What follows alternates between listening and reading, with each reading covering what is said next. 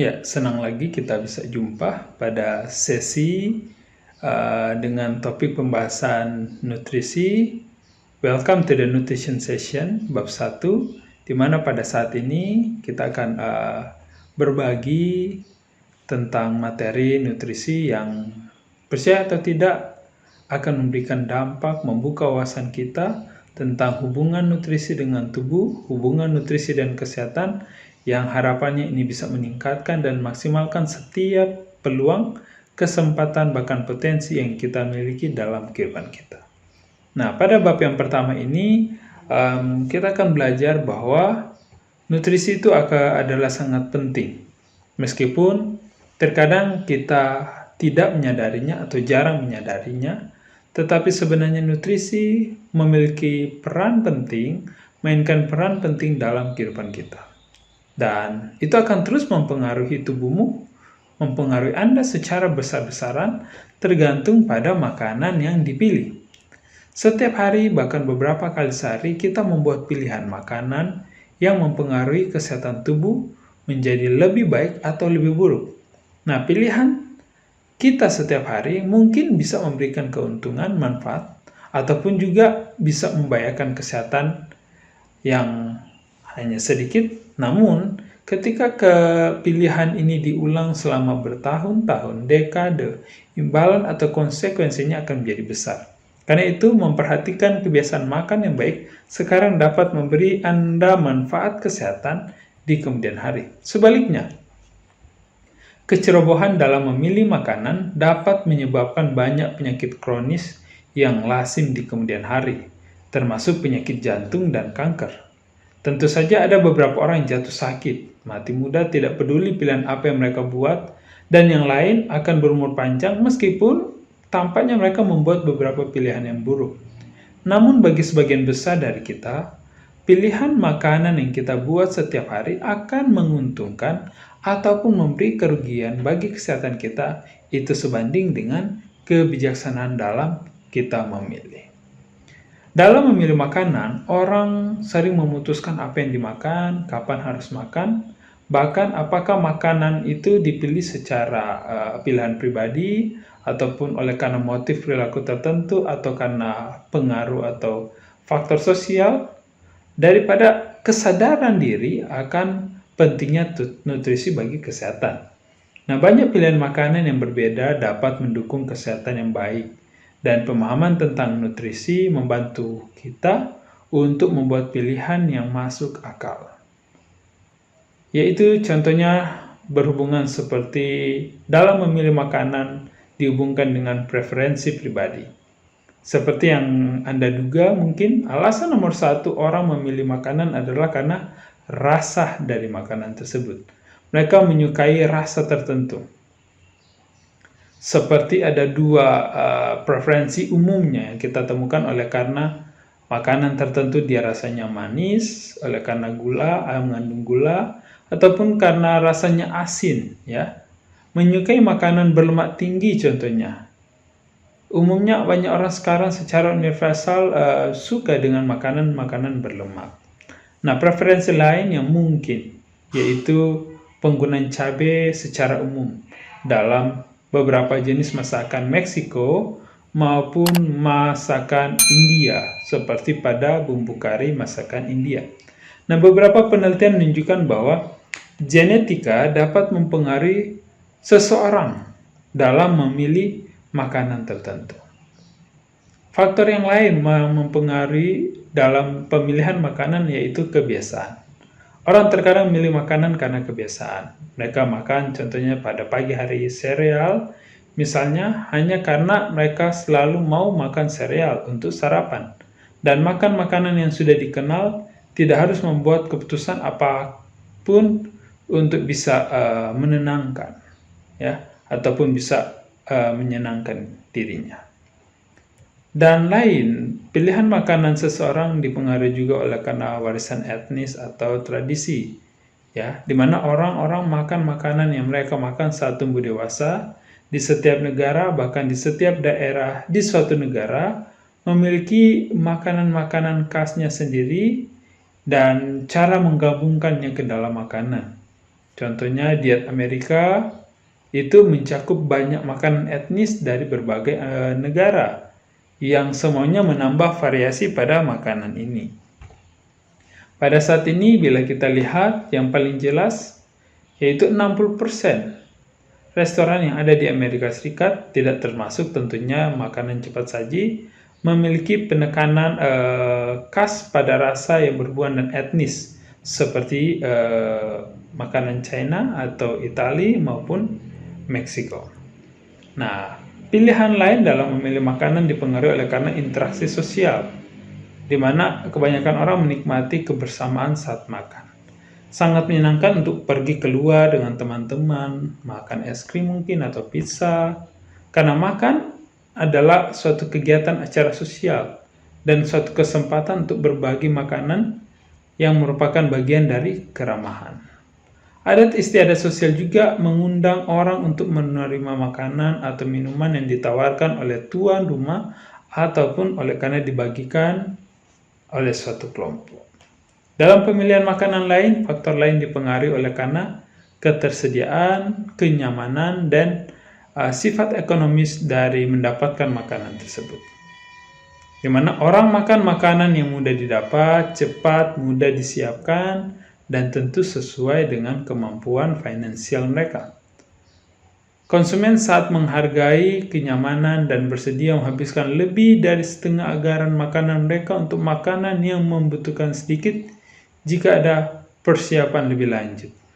Ya, semakin singkat waktu yang digunakan untuk mempersiapkan dianggap lebih baik bagi beberapa orang.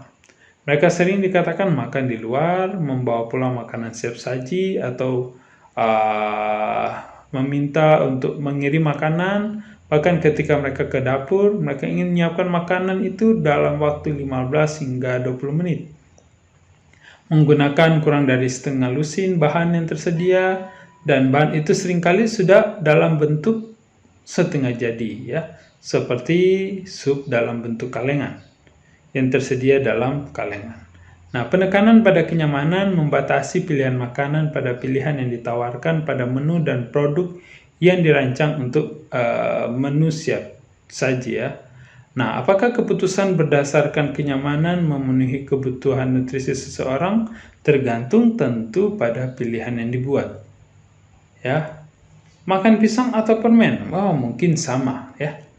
Nah, faktor yang lain yaitu asosiasi positif dan negatif, di mana orang cenderung menyukai makanan tertentu yang berhubungan dengan acara-acara bahagia, seperti mengkonsumsi mungkin hotdog dalam acara pertandingan bola, kue es krim pada acara pesta ulang tahun.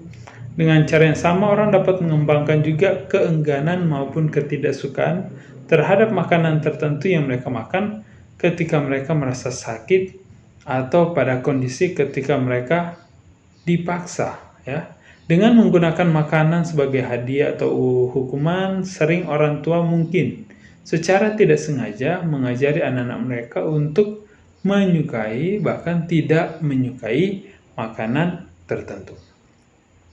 Faktor lain yaitu kenyamanan emosional, di mana beberapa orang tidak bisa makan ketika dalam kondisi mereka sedang marah. Orang lain mungkin makan sebagai respon terhadap rangsangan emosional, misalnya untuk menghilangkan perasaan bosan, depresi, ataupun untuk menenangkan rasa kecemasannya. Orang yang depresi mungkin memilih untuk makan daripada menelepon teman. Seseorang yang telah kembali ke rumah dari keluar malam yang menyenangkan dapat bersantai mungkin di waktu malam dengan cemilan. Dan orang-orang ini mungkin menemukan kenyamanan emosional sebagian karena makanan dapat mempengaruhi kimia otak dan respons pikiran. Karbohidrat dan alkohol misalnya cenderung menenangkan, sedangkan protein dan kafein lebih cenderung mendorong untuk lebih aktif. Makan sebagai respons terhadap emosi dapat dengan mudah menyebabkan makan yang berlebihan dan obesitas, tetapi kadang-kadang mungkin juga tepat. Misalnya berbagi makanan pada saat bergabung, melayani kebutuhan pemberi untuk memberikan kenyamanan dan kebutuhan penerima untuk diperhatikan dan berinteraksi dengan orang lain, serta untuk mengambil makanan. faktor yang lain yaitu nilai. Pilihan makanan mungkin mencerminkan juga keyakinan agama, pandangan politik, ataupun masalah lingkungan. Misalnya banyak orang Kristen tidak makan daging selama Prapaskah, ya, atau hukum Yahudi mencakup tentang seperangkat aturan diet yang mengatur tentang penggunaan makanan-makanan yang berasal dari hewan. Atau juga Muslim berpuasa antara matahari terbit dan terbenam di selama bulan Ramadan, dan konsumen yang bersangkutan dapat juga memboikot buah yang dipetik oleh pekerja migran yang telah dieksploitasi. Nah, orang dapat membeli sayuran dari petani lokal untuk menghemat bahan bakar dan biaya lingkungan dari makanan yang dikirim mungkin dari jauh. Mereka juga dapat memilih makanan yang dikemas dalam wadah yang dapat digunakan kembali atau didaur ulang. Beberapa konsumen suka menerima atau menolak makanan yang telah diradiasi atau dimodifikasi secara genetik, tergantung pada nilai persetujuan mereka terhadap proses ini. Dalam memilih makanan juga terkadang orang mempertimbangkan tentang kondisi berat badan dan gambaran tubuhnya, karena dianggap suplemen tertentu yang mereka yakini akan memperbaiki penampilan fisik. Dan juga mereka dapat menghindari makanan dan suplemen yang mereka yakini dapat merugikan. Nah, keputusan seperti itu dapat bermanfaat bila didasarkan pada pengetahuan nutrisi dan kebugaran yang baik atau kesehatan yang baik. Tetapi keputusan berdasarkan mode atau dilakukan secara ekstrim dapat merusak kesehatan yang baik, seperti yang nantinya kita akan bahas dalam topik gangguan makanan. Nah, pada akhirnya tentu seseorang memilih atau membuat pilihan makanan bila tentu bermanfaat bagi kesehatan. Produsen makanan dan koki restoran telah merespons temuan-temuan ilmiah yang menghubungkan kesehatan dengan nutrisi dengan menawarkan banyak pilihan makanan, minuman yang meningkatkan kesehatan. Makanan yang memberikan manfaat kesehatan di luar kontribusi nutrisinya disebut dengan makanan fungsional. Makanan utuh contohnya, alami dan familiar seperti oatmeal ataupun buah tomat adalah makanan fungsional yang paling sederhana. Dalam kasus lain, makanan telah dimodifikasi untuk memberikan manfaat kesehatan, mungkin dengan cara menurunkan kandungan lemaknya. Ataupun dalam kasus lain, produsen telah memfortifikasi makanan dengan menambahkan beberapa nutrisi atau fitokimia yang memberikan manfaat kesehatan. Contoh makanan fungsional ini termasuk seperti jus jeruk yang diperkaya dengan kalsium untuk membantu membangun tulang yang kuat, ataupun seperti margarin yang dibuat dengan sterol nabati yang bisa membantu dalam menurunkan kolesterol darah. Nah, konsumen biasanya menerima makanan baru ke dalam hidangan makanan mereka, asalkan makanan ini bisa jadi alasannya karena cukup murah dan memiliki label yang jelas atau mudah ditemukan di toko bahan makanan, ataupun siap untuk nyaman untuk disiapkan. Nah, makanan ini juga harus enak tentunya, sebagus dalam memilih pilihan tradisional. Tentu saja seseorang tidak perlu makan makanan khusus untuk menikmati makanan yang sehat, karena banyak makanan biasa yang memberikan banyak manfaat kesehatan juga, seperti makanan biasa itu adalah biji-bijian, sayur-sayuran, kacang-kacangan, buah-buahan, daging ataupun ikan yang mungkin tidak tercemar dan tidak diberikan intervensi zat-zat kimia, dan juga produk susu yang merupakan salah satu pilihan paling sehat yang bisa dibuat seseorang. Ringkasnya bahwa seseorang dalam memilih makanan karena berbagai alasan, dan apapun alasannya, pilihan makanan mempengaruhi kesehatan. Nah, pilihan makanan seseorang tidak membuat atau merusak kesehatan dia, tetapi keseimbangan makanan yang dipilih dari waktu ke waktu dapat membuat perbedaan penting bagi kesehatan. Nah, untuk alasan ini, Seorang yang bijaksana tentu akan memikirkan nutrisi ketika membuat pilihan yang tepat untuk menjadi makanan mereka. Selanjutnya, nutrisi secara biologis. Orang makan untuk mendapatkan nutrisi. Pernahkah kita menganggap bahwa diri kita sebagai makhluk biologis yang tersusun dari atom, molekul, sel, jaringan, dan organ yang tersusun rapi? Apakah kita menyadari aktivitas yang terjadi di dalam tubuh kita bahkan saat kita duduk diam? Atom, molekul, dan sel tubuh kita terus bergerak dan berubah meskipun struktur jaringan, organ, serta penampilan luar kita tetap relatif konstan ataupun diam. Kulit kita yang telah menutupi kita sejak lahir diganti seluruhnya oleh sel-sel baru setiap 7 tahun. Lemak di bawah kulit kita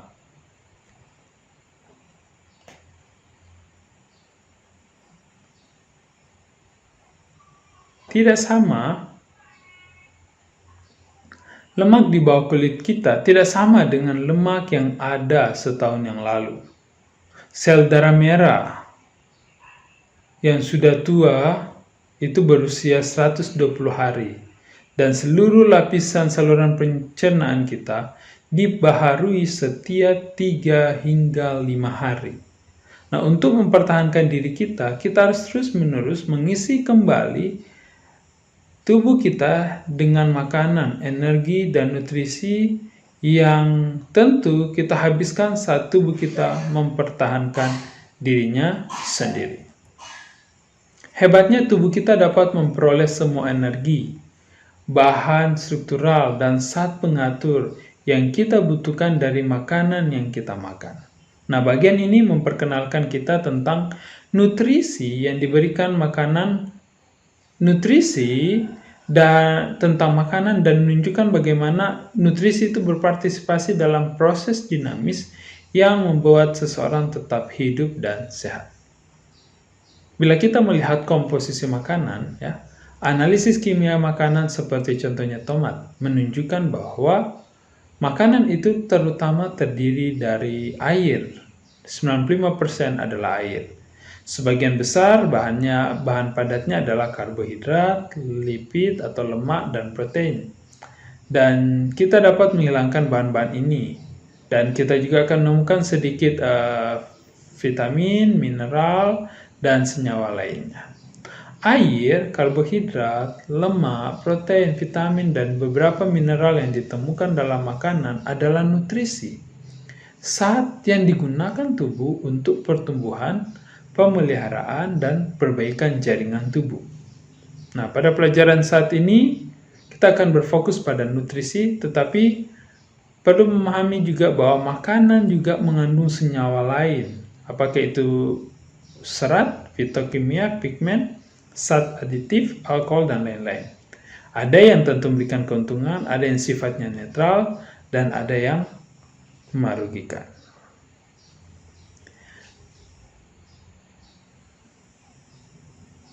Bila kita lihat bahwa analisis kimia lengkap dari tubuh kita akan menunjukkan bahwa tubuh kita terbuat dari bahan yang mirip dengan yang ditemukan dalam makanan. Karena tubuh sehat seberat 150 pon, itu bisa mengandung sekitar 90 pon air dan sekitar 20 hingga 45 pon lemak. Berat pon yang tersisa tentu adalah sebagian besar dalam bentuk protein, karbohidrat, mineral utama dari tulang, kemudian vitamin, mineral lainnya, dan tambahan yang tak terduga yang merupakan mungkin sebagian kecil dari 1 pon berat tubuh kita. Bila kita melihat bahwa tubuh manusia itu terbuat dari senyawa yang mirip dengan yang ditemukan dalam makanan, di mana kita bisa melihat bahwa kurang lebih 60% adalah air, 13 hingga 21% itu adalah lemak pada pria muda, sedangkan pada wanita muda itu 23 hingga 31%, ditambah dengan ada karbohidrat sana, protein, vitamin, mineral, dan zat-zat kecil lainnya yang membentuk sisanya. Dimana nanti terlalu banyak atau terlalu sedikit lemak di tubuh kita akan bahas pada bab yang ke-8. Nah, zat gizi yang paling sederhana adalah mineral, di mana setiap mineral adalah unsur kimia. Atomnya semua sama, akibatnya identitasnya tidak pernah berubah. Misalnya besi, mungkin memiliki muatan listrik yang berbeda, tetapi atom besi secara individu tetap sama ketika mereka berada dalam makanan. Ketika seseorang memakan makanan, ketika besi menjadi bagian dari sel darah merah, ketika sel dipecah, dan ketika besi hilang dari tubuh melalui ekskresi, nutrisi paling sederhana berikutnya adalah air. Senyawa yang terbuat dari dua elemen yaitu hidrogen dan oksigen. Mineral dan air adalah nutrisi yang disebut dengan nutrisi anorganik, yang artinya tidak mengandung karbon. Nah, 4 kelas nutrisi lainnya yaitu karbohidrat, lemak, protein, dan vitamin, yang tentu lebih kompleks. Selain hidrogen dan oksigen, mereka mengandung karbon, unsur yang ditemukan di semua makhluk hidup. Oleh karena itu, kelas nutrisi ini disebut dengan nutrisi organik. Kita juga perlu memahami ada yang disebut dengan senyawa, yang artinya hidup. Nah, protein dan beberapa vitamin juga mengandung nitrogen dan mungkin juga mengandung unsur-unsur lain. Nah, tubuh dapat membuat beberapa nutrisi, tetapi tidak dapat membuat semuanya. Juga itu membuat beberapa dalam jumlah yang tidak mencukupi untuk memenuhi kebutuhannya. Dan oleh karena itu, harus mendapatkan nutrisi ini dari makanan. Zat gizi yang harus disediakan oleh makanan adalah zat gizi esensial. Ketika digunakan untuk merujuk pada nutrisi, maka kata esensial berarti lebih dari sekadar perlu atau dibutuhkan.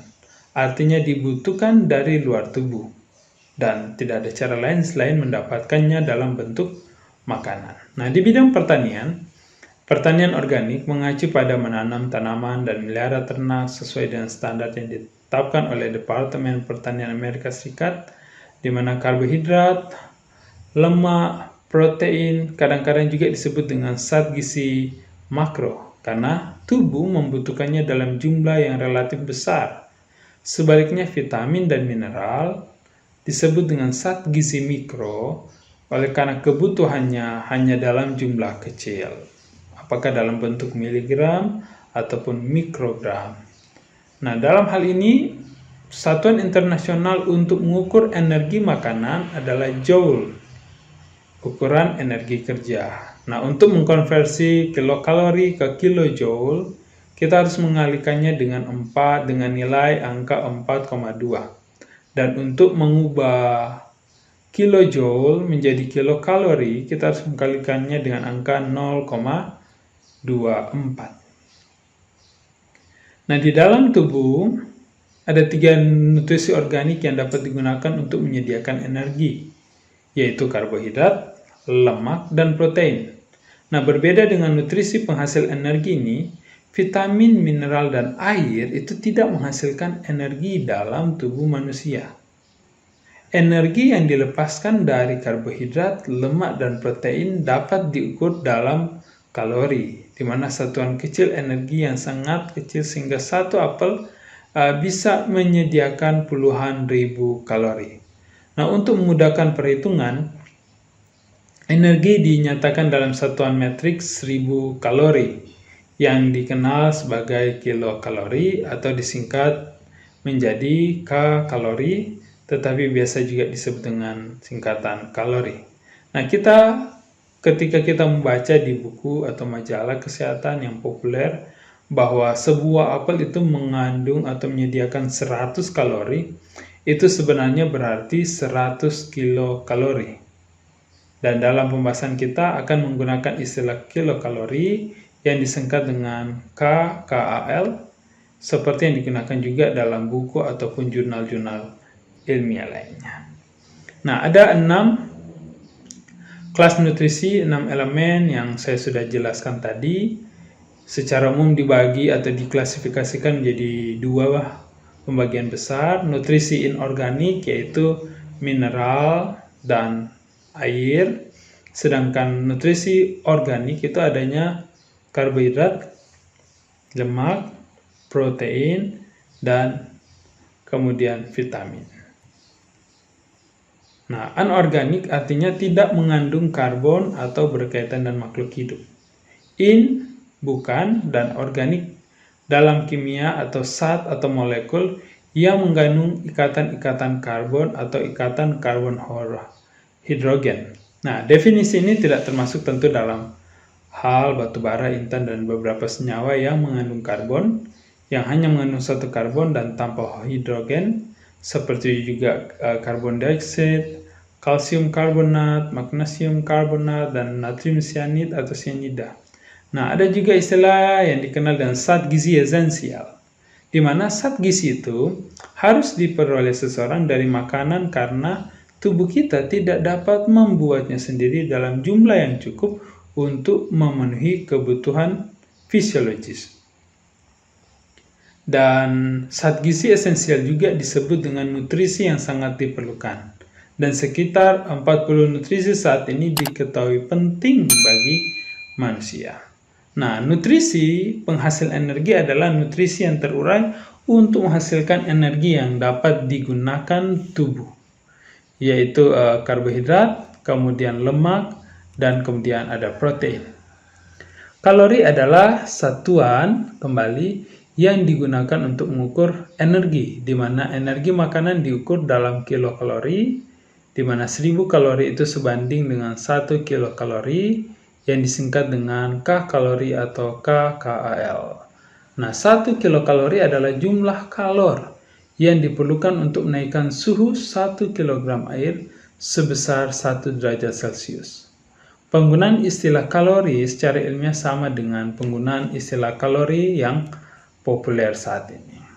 Nah, seperti ilmuwan lain, ilmuwan nutrisi menggunakan juga satuan ukuran metrik, di mana mereka menggunakan mengukur energi makanan dalam kilokalori, di mana tinggi badan orang dalam sentimeter, berat badan dalam kilogram, dan berat makanan dan nutrisi itu diukur dalam bentuk satuan gram, miligram, ataupun mikrogram. Nah, untuk memudahkan dalam menggunakan ukuran ini, perlu diingat bahwa awalan pada gram menyeratkan 1000. Misalnya, 1 kilogram adalah 1000 gram, dan 1 miligram adalah 1/1000 gram, dan 1 mikrogram adalah 1/1000 miligram. Nah, sebagian besar label makanan dan banyak buku resep menyediakan ukuran ganda yang mencantumkan tentunya di sana ada ukuran rumah tangga seperti cangkir, liter, sendok teh, dan ukuran metrik seperti mililiter, liter, dan gram. Nah, praktek ini memberi orang kesempatan untuk secara bertahap belajar tentang berpikir mengenai ukuran atau metrik. Nah, seseorang mungkin mulai berpikir tentang metrik yang hanya dengan mengamati ukurannya dengan memperhatikan jumlah soda dalam botol 2 liter. Misalnya, melalui pengalaman seperti itu, tentu seseorang dapat menjadi terbiasa dengan suatu takaran tanpa harus melakukan konversi apapun.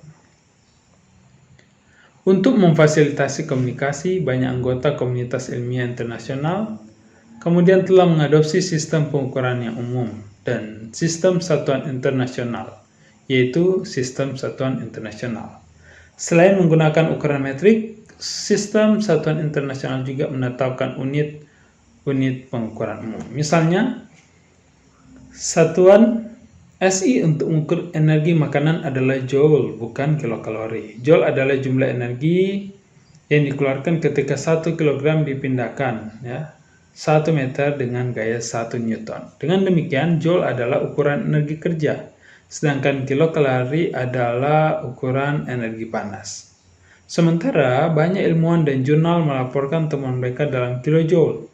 Banyak lainnya, terutama di Amerika Serikat, menggunakan kilokalori. Nah, untuk mengubah ukuran energi dari kilokalori ke kilojoule, kalikan dengan 4,2. Misalnya, kue 50 kilokalori menghasilkan 210 kilojoule, yang hasilnya 210 tentunya. Nah, faktor konversi yang tepat untuk ini dan satuan ukuran lainnya ada di bagian bantuan perhitungan pada bab lain yang kita akan bahas nanti. Beberapa contoh tentang metrik ataupun pengukuran di sini seperti dalam pengukuran volume menggunakan satuan internasional liter, di mana 1 liter sama dengan 1000 ml, 0,95 liter sama dengan 1 quart, 1 ml sama dengan 0,03 ons cairan, dan 240 ml sama dengan 1 cup. Ya, sedangkan untuk gram, untuk berat badan menggunakan satuan gram, di mana 1 gram sama dengan 1000 mg, 1 gram sama dengan 0,04 ons, di mana 1 ons sama dengan 28,35 gram, dan 100 gram itu sama dengan 3,5 ons, dan 1 kg sama dengan 1000 gram, dan 1 kg sama dengan 2,2 pounds, dan 454 gram sama dengan 1 pounds. Ya, oke. Dalam pengukuran gram demi gram, ons demi ons, ya, gigitan demi gigitan, makanan juga dengan tingkat kepadatan energi yang tinggi memberikan lebih banyak kilokalori daripada makanan yang memiliki kepadatan yang rendah. Contohnya pada saat sarapan pagi. Ya. Dalam makan di sini kita lihat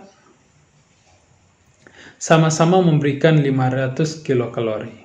Kalau di sebelah di bagian kiri gambar itu ada susu, kemudian ada salad, kemudian ada scrambled egg, ada saus turkey, kemudian ada toast di sana dengan selainya, ya. Dan kemudian di samping kanan ada donat, dan kemudian ada teh. Nah, masing-masing memberikan suplai energi 500 kilokalori. Namun, perlu kita pahami bahwa bagian yang ada di samping kiri, ya, memiliki kepadatan energi yang lebih rendah daripada donat. Sehingga dalam memilih varietas makanan itu akan bantu kita untuk memastikan kecukupan nutrisi yang nanti kita akan peroleh. Nanti kita akan bahas nanti tentang energy density, ya, apakah jenis makanan tertentu dia tergolong lower energy density ataupun higher energy density, ya. Nah, sebagian besar makanan itu mengandung ketiga nutrisi tadi, yaitu air, vitamin, mineral, dan zat lain. Ya, jadi dia mengandung penghasil energi seperti karbohidrat, lemak, dan protein, ditambah air, vitamin, mineral, dan zat-zat lainnya. Nah, misalnya daging, dia mengandung air, lemak, vitamin, mineral, serta protein. Roti dia mengandung air, sedikit lemak, sedikit protein, dan beberapa vitamin, mineral, selain karbohidratnya. Namun, hanya beberapa makanan yang merupakan pengecualian untuk aturan ini yang umum adalah gula atau disebut dengan karbohidrat murni, dan minyak yang pada dasarnya adalah lemak murni. Nah, energi dalam tubuh. Tubuh menggunakan nutrisi penghasil energi untuk bahan bakar semua aktivitasnya.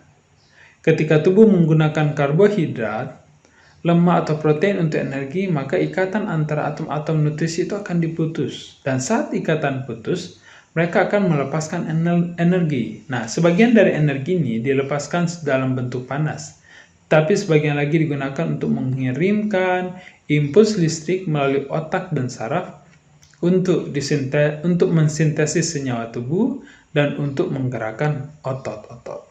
Dengan demikian, energi dari makanan mendukung setiap aktivitas, mulai dari pikiran yang tenang hingga olahraga yang penuh semangat.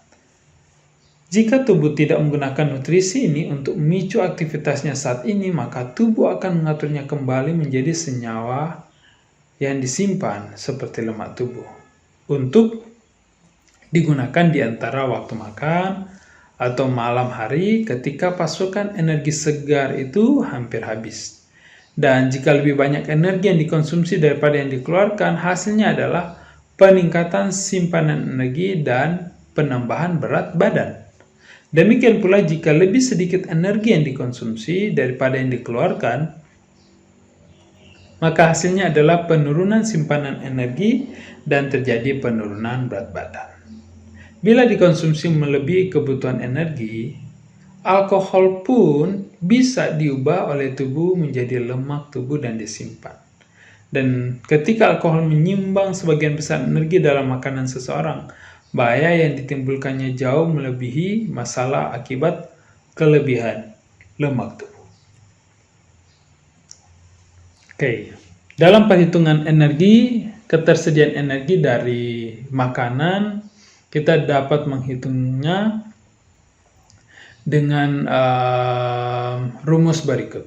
Untuk karbohidrat, dia dikalikan dengan 4 kilokalori per gram bersama juga dengan protein, sedangkan untuk lemak dia dikalikan dengan 9 kilokalori per gram, ya.